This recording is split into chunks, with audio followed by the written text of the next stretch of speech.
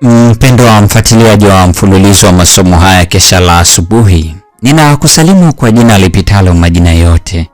Hili sio jina la mtu wa yote, bali ni jina la Bwana wetu Yesu Kristo. Leo ni Mei 3. Mei 3 tutaiangazia mada inayosema mpole, mwenye upendo, mwenye huruma. Hii ni mada iliyojengeka katika kitabu cha Zaburi ya 86 aya 15, ambapo neno la Mungu linasema: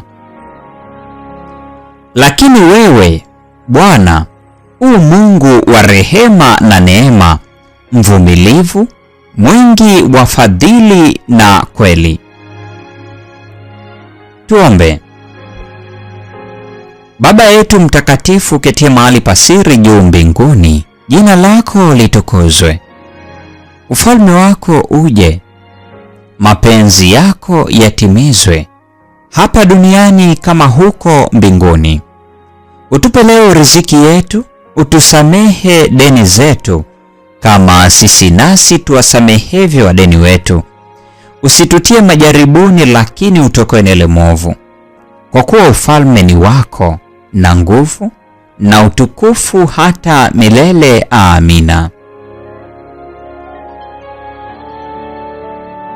Mungu ameagiza kulingana na sheria ya utumishi kwamba tufarijiane sisi kwa sisi katika upole na upendo wakati huzuni kuu inapotukumba. Hakuna mtu aishie kwa ajili yake mwenyewe. Hakuna mtu afaye kwa ajili yake mwenyewe. Uzima na mauti humaanisha kitu fulani kwa kila mwanadamu. Mungu ameelekeza majukumu juu ya mawakala wake wa kibinadamu kuwasilisha tabia ya Mungu, kushuhudia neema yake, hekima yake na ukarimu wake, kwa kudhihirisha upendo wake ulio safi, mwema na wenye rehema. Yesu daima aliguswa na taabu za wanadamu, na mioyo yetu inapaswa kulainishwa na kutiishwa na Roho wake Mtakatifu ili tuweze kufanana naye. Kazi yetu ni kurejesha sura ya Mungu ya kimaadili kwa mwanadamu kwa njia ya kuonesha neema ya Mungu ya kutosha tuliopewa na Yesu Kristo. Kila mahali tutakuta roho zilizo tayari kufa, na ni muhimu jinsi gani kwamba tupewe huruma ya Yesu na yeye, ili kwamba tusijeiweka kamwe roho moja katika uasi kwa kushindwa kuonesha uvumilivu usiokoma na huruma kamilifu. Ninauliza, je, tunaweza kweli kujifunza upole wa Kristo? Lo, jinsi gani tunahitaji kumjua Yesu na Baba yetu wa mbinguni ili kwamba tuweze kumwakilisha kwa tabia.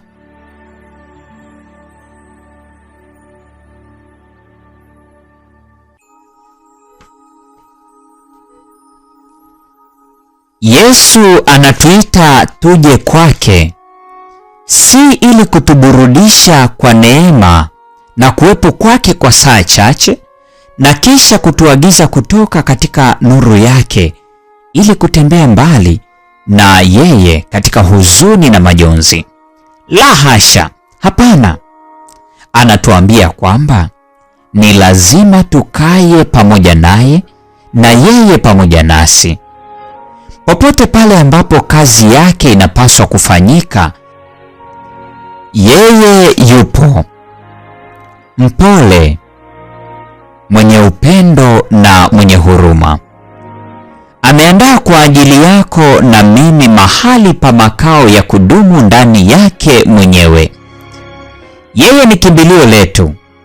Uzoefu wetu unapaswa kupanuka na kuwa wa kina.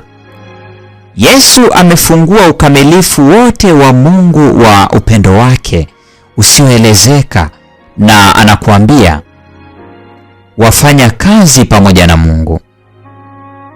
Wakorintho wa kwanza sura ile ya 3 aya ya 9. Lo, Maneno haya yana maana gani? Kaeni ndani yangu. Yohana sura ile ya 15 aya ya 4. Jitieni nira yangu. Mathayo 11:29. Je, tutaichukua? Kwa maana ahadi ni mtapata raha nafsini mwenu. Kuna pumziko kamili katika kukaa katika Kristo. Mpendwa wa mfuatiliaji wa mfululizo wa masomo haya ya kesha la asubuhi, leo ni Mei 3, tukiangazia mada isemayo mpole, mwenye upendo, mwenye huruma. Na huo ndio mwisho wa tafakari ya mada hii siku ya leo. Neema ya Bwana wetu Yesu Kristo, pendo la Mungu na ushirika wa Roho Mtakatifu dumu kwa pamoja nasi sasa na hata milele. Amina.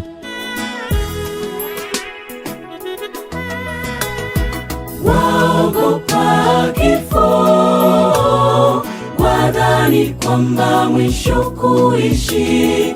Umetekwa na fikira mbaya, ondoa hofu moyoni. Umepewa uzima, Bwana aliyokuahidi. Utakula matunda mema, jikabidhi kwa Bwana. Neema tu, neema tu ndiyo tuliopewa tuishi. Neema tu, neema tu ndiyo tuliopewa kuishi.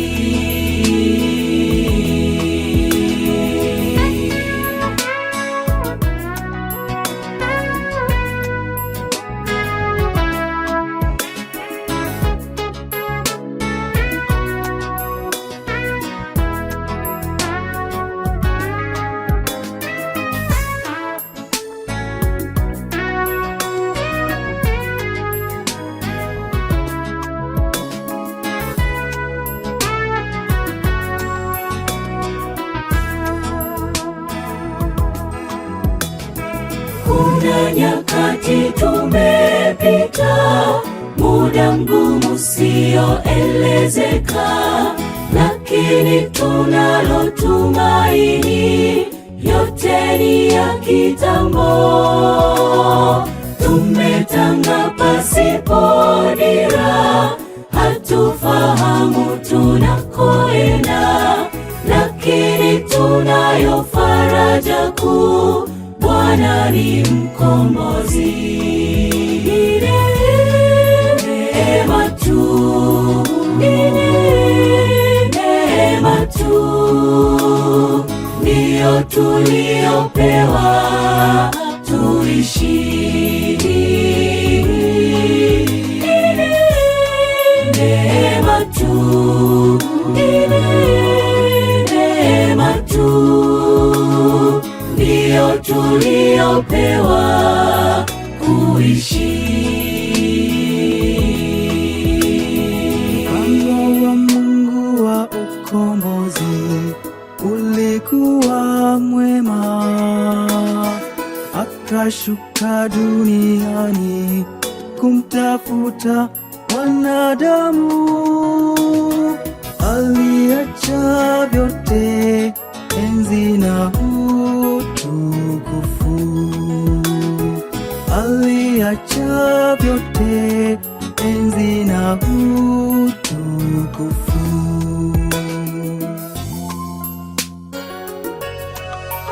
Ni neema tu, ni neema tu ndiyo tuliopewa tuishi.